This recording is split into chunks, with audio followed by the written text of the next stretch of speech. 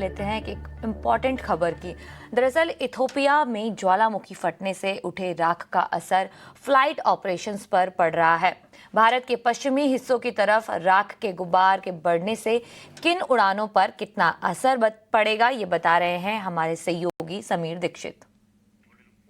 Ethiopia में highly gobi volcanic eruption के बाद भारतीय एयरलाइंस के इंटरनेशनल फ्लाइट ऑपरेशन पे जबरदस्त असर पड़ा है। और इस वॉल्केनिक ऐश को देखते हुए एविएशन रेगुलेटर डीजीसीए ने भारतीय एयरलाइंस के लिए एक एडवाइजरी या यूं कहें ऐश टर्म जारी किया है और साफ तौर पे कहा है कि ये जहां पर भी ये ऐश क्लाउड्स हैं जिन एयर स्पेस के ऊपर, वो रूट अवॉइड करना है ताकि किसी भी अप्रिय घटना से बचा जा सके। यही वजह है कि भारत के तमाम एयरलाइंस, चाहे इंडिगो, एयर इंडिया, इनके इंटरनेशनल फ्लाइट ऑपरेशन पर असर दिख रहा है। लेकिन यही नहीं, जो इंडियन मेट्रोलॉजिकल डिपार्टमेंट ने ये प्रिडिक्ट किया है कि ये जो ऐश क्लाउड्स है, धुएं का गुबार, वेस्टर्न इंडिया की तरफ देर शाम तक आएगा, जिसमें गुजरात, महाराष्ट्र, पंजाब, दिल्ली की तरफ ये रुख करेगा। इससे माना यह जा रहा है कि डोमेस्टिक फ्लाइट ऑपरेशन पर भी साफ तौर पे असर देखने को मिलेगा। यही वजह है कि इस वॉल्केनिक इरप्शन के चलते तमाम फ्लाइट्स या तो कैंसिल हुई हैं, डाइवर्ट हुई हैं या रीरूट हुई हैं। अगर फ्लाइट इंपैक्ट की बात करें तो आकाशा एयर ने 24 और 25 नवंबर को अपनी इंटरनेशनल फ्लाइट जेद्दा, कुवैत और